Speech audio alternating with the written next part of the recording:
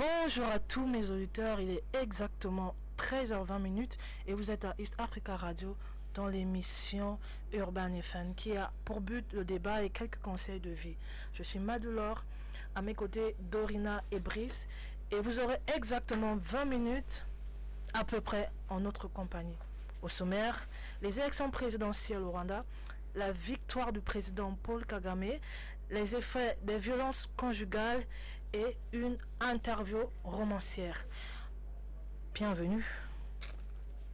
C'est avec la joie que je vais pleurer. Et si je te dis que je t'aime, tu dois me répondre que tu m'aimes. C'est tellement simple, un peu comme un puissant fondeur. Et si tu me dis que tu m'aimes, je te répondrai que je t'aime. Je prends ta main, je ferme les yeux et je me sens mieux. Oh baby, Re-bienvenue parmi nous mes chers auditeurs.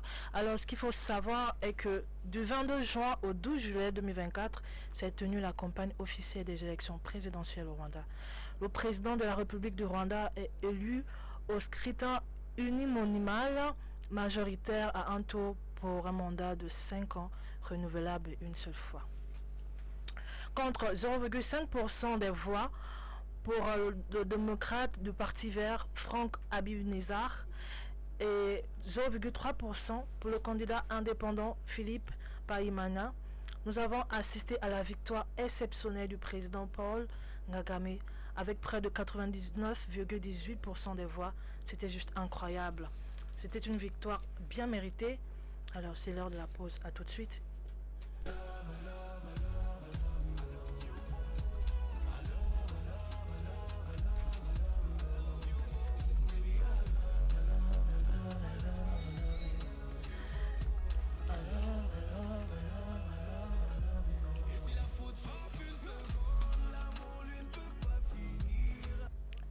Alors, au début de cette émission, je vous avais dit que j'étais pas seule sur ce plateau.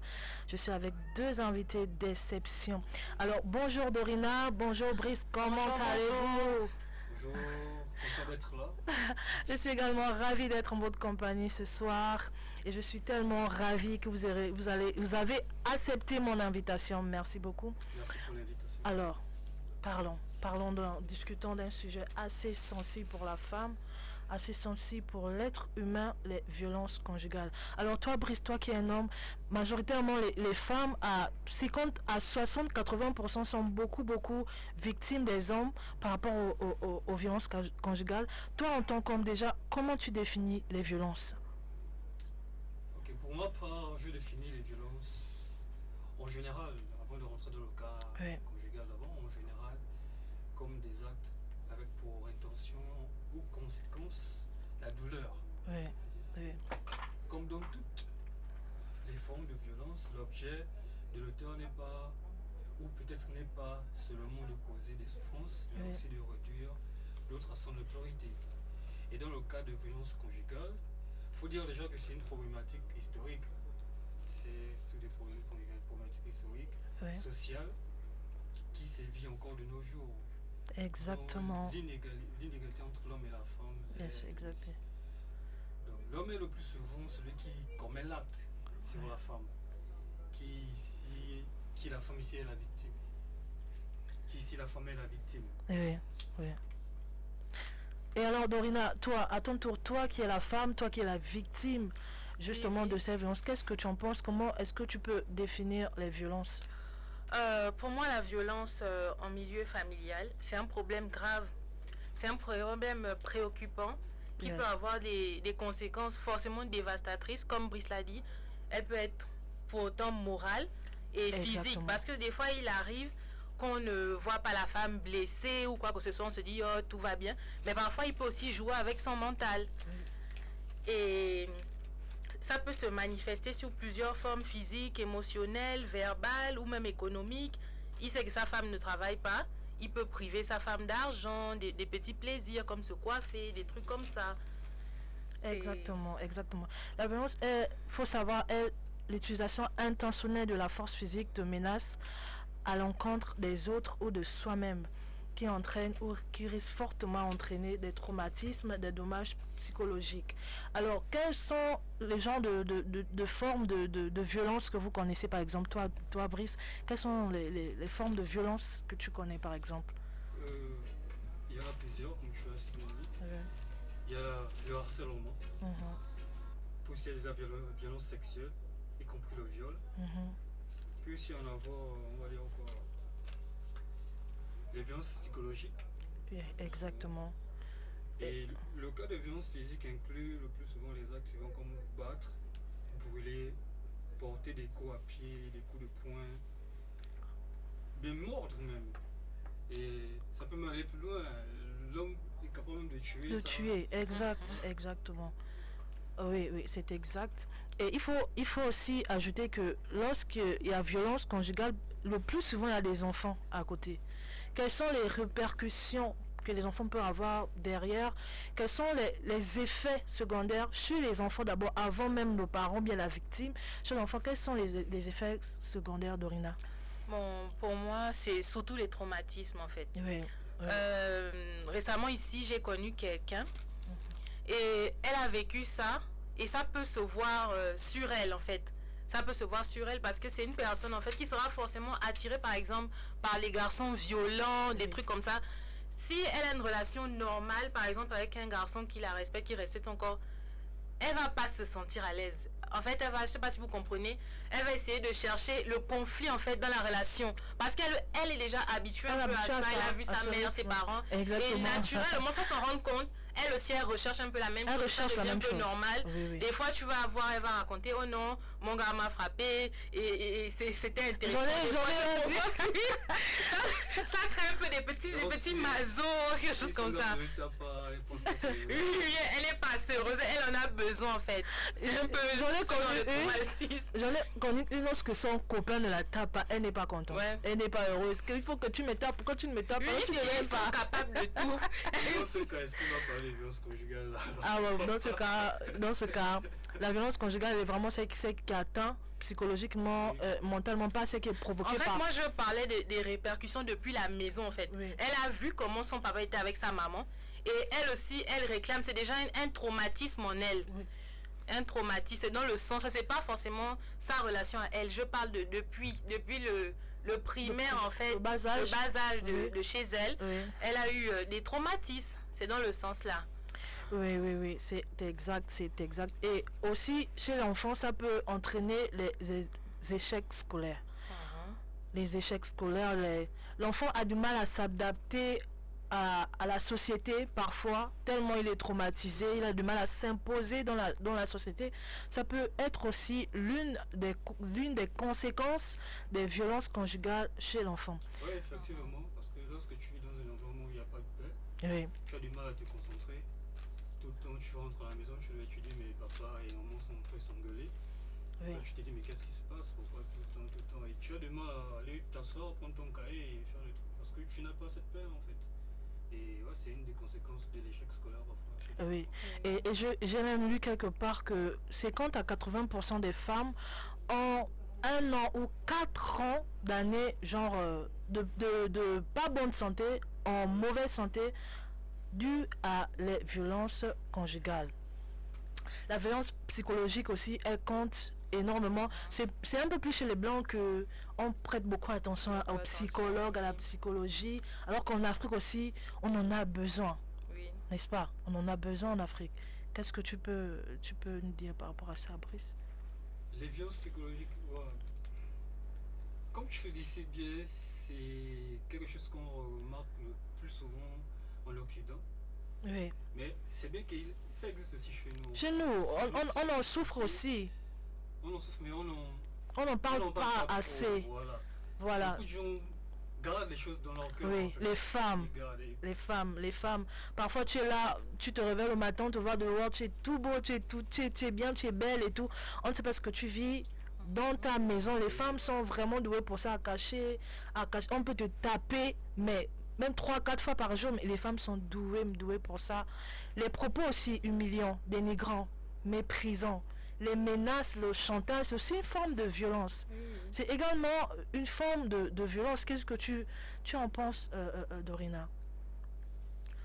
Bon, pour ma part, en fait, la violence peut avoir plusieurs dimensions, rien n'est à négliger. Oui. Parce que souvent les gens ils vont se dire oh non, c'est pas la violence tant qu'elle n'est pas blessée, tant qu'elle n'a pas de cicatrices. Généralement les gens ils pensent comme ça que non, elle aurait pu supporter, machin. L'autre là-bas elle a eu ça, toi tu aurais pu supporter. Mais c'est aussi à prendre en compte. Et la dépression. La dépression. La dépression. La dépression. C'est aussi une conséquence des violences conjugales, la dépression. La dépression, tu n'arrives plus à rien faire, tu n'arrives même plus à être heureuse, tu te renfermes sur toi-même. C'est également une forme de violence. Est-ce que tu peux enrichir encore davantage sur ce sujet, Brice?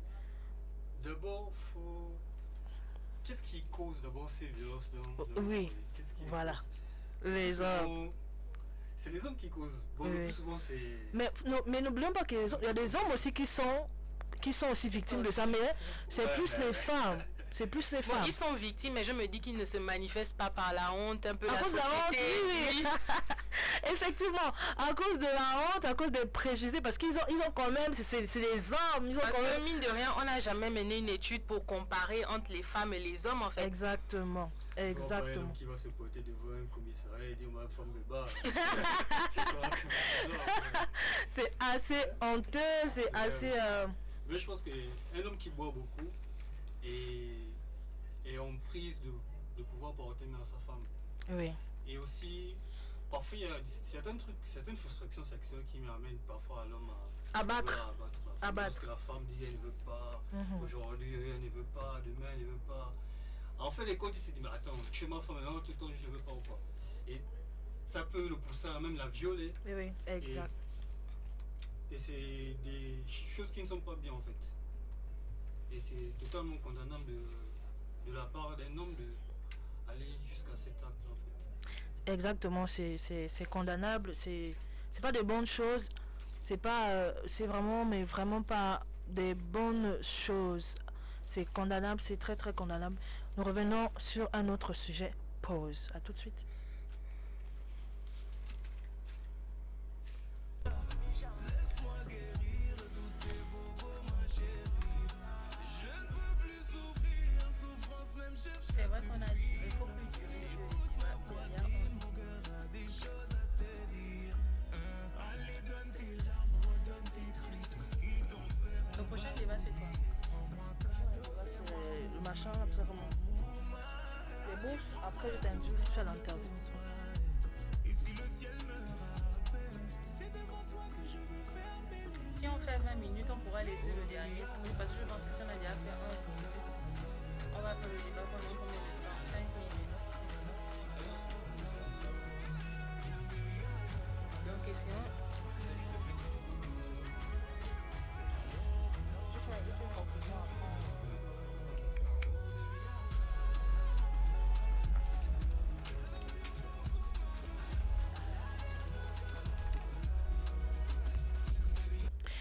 Alors, nous revenons sur Urban FM.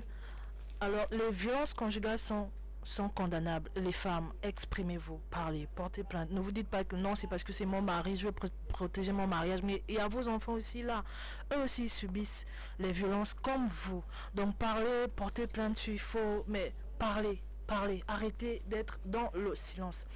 Alors, Dorina, Brice, selon vous, quelle est l'importance d'une bourse d'études pour nous qui sommes étudiants déjà, mais quelle est l'importance d'une bourse d'études pour nous? Bon, pour moi, la bourse d'études, d'abord, c'est un encouragement pour les gens qui travaillent bien et qui n'ont pas forcément les moyens Oui. d'aller La au-delà. possibilité, oui, oui. Mhm. Mais excusez-moi de prendre l'exemple. Au Gabon, malheureusement, on remarque que les nouveaux étudiants pensent que la bourse devrait être attribuée à tout le monde. Alors que la Oui, bourse, en fait, c'est un système d'honneur. C'est pas à tout le monde. Tu es là, certes, tes parents n'ont pas les moyens, mais tu as à peine au 10 près. Pourquoi on te donne la bourse? C'est pourquoi. donc tu estimes qu'il faut avoir des critères. Oui, effectivement, les critères, c'est très important parce qu'il y en a, ils ont la volonté de bien faire, ils sont intelligents, ils ont besoin de bourses. Mais malheureusement, la politique de maintenant veut que tout le monde, et ceux qui sont au 10 près, et ceux qui sont meilleurs, et les mêmes conditions. Mais moi, je ne suis pas d'accord. C'est au mérite.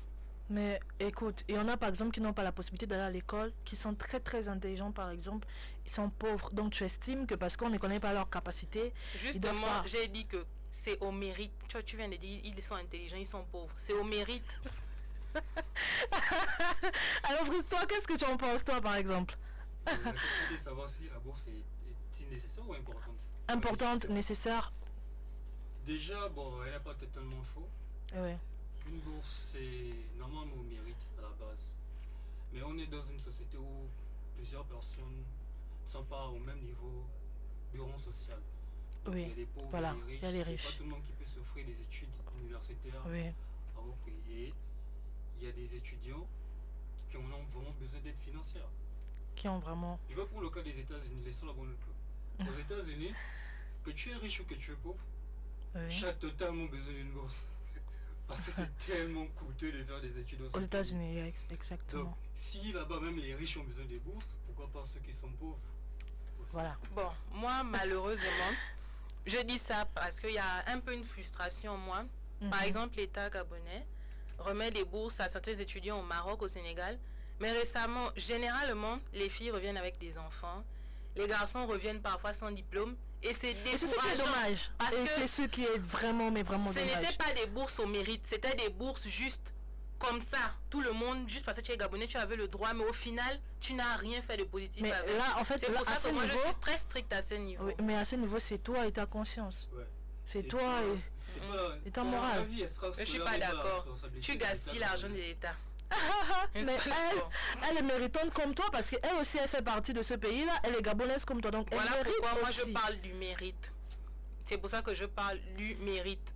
Arrêtons de faire, oh, parce qu'on est gabonais. Avec cet argent, on aurait pu faire autre chose. Par exemple, les routes, par exemple, autre chose. Pourquoi te donner ça quand on sait que tu vas aller t'amuser?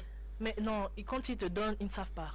Là, c'est maintenant à toi de discerner, de voir. En fait, là, c'est à ton niveau. C'est pour ça que moi, je pense une C'est année leur après. devoir. C'est leur devoir de nous aider, de nous Pour ma appuyer, part, en d'être fait, là pour nous. En France, ma camarade de classe, après un trimestre, elle n'avait pas la moyenne. Les responsables, bon, elle a eu une bourse de coopération, ils lui ont envoyé une lettre que si après ça, elle n'a pas la moyenne, après le second trimestre, Oui. la bourse va s'arrêter. Donc, essayons aussi de créer des techniques comme ça, je ne sais pas en première année si la personne a déjà échoué. Mais moi, je pense que ça se fait. Et puis, moi, je crois que c'est aussi les critères qu'ils imposent. Que si tu as, déjà, ils te demandent tes moyennes, ils te demandent de mettre dans te demandent tes moyennes. Donc, du coup, si tu vas à côté, à un moment donné, même à l'UEB, à un moment donné, ils coupent. Quand tu vas plus en classe, quand tu fais plus de devoirs, ils coupent. Mais c'est pas sûr. Je pense que c'est pas tous les étudiants qui sortent qui ont les bourses. Il y a certains qui ont des 10, comme tu disais, mais ils sont au pays. Maintenant, ceux qui ont plus, je pense que c'est partir de 12, 13, 14, surtout là qui sortent. Et je pense que ceux qui ont 12, 14, je pense qu'ils méritent plus d'avoir une bourse. Oui, après je parle du mérite en fait. Mais maintenant, je veux revenir sur ce que tu disais. Oui. Les strates scolaires n'est pas la responsabilité du gouvernement. Tu peux avoir une bourse, mais tu dois être conscient en tant qu'étudiant de faire des études, avoir une bonne moyenne. Voilà. Va t'amuser, va chiller, va Je suis mais pas d'accord. sois juste conscient que tu dois avoir ta moyenne. Exact. pour Parce qu'il n'y a pouvoir pas que obtenir l'État, ta bourse, en il y a fait. ta famille aussi qui est là. Voilà. Après, moi, je n'ai jamais parlé d'études. Je parle de résultats. Si au premier trimestre, les résultats ne sont pas positifs, mettez la pression sur les boursiers. Mettez la pression. Je peux t'assurer qu'à un moment donné, si c'est répétitif, il n'y a pas de bons résultats, ils coupent. Bien sûr. Ils vont pas te financer. Il y a d'autres aussi, tu n'es pas la seule. Ils vont pas te financer encore et encore alors qu'il n'y a pas de résultats positifs. Nous revenons dans quelques instants. C'était pas mieux d'arrêter. On n'avait pas beaucoup parlé là. Là, il On va reste... faire le machin, le dernier sujet après. Je te pose juste 3 questions, puis c'est bon, après j'ai dit la fin. Là, tu as dit on revient tout de suite. Est-ce qu'on va encore poser les questions, mais tu conclus?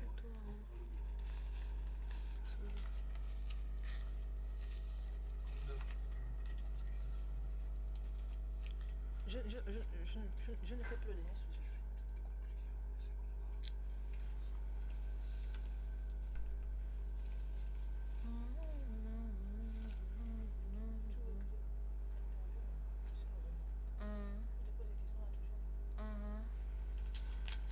Non, on peut quand même faire ça vite, vite.